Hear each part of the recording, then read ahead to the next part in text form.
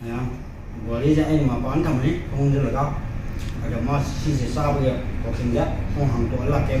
mà là có hàng tuổi là cái thì sao nó là góc rồi lập sao mình là cái mà cái vừa đi xin đâu yên mà quay cho đâu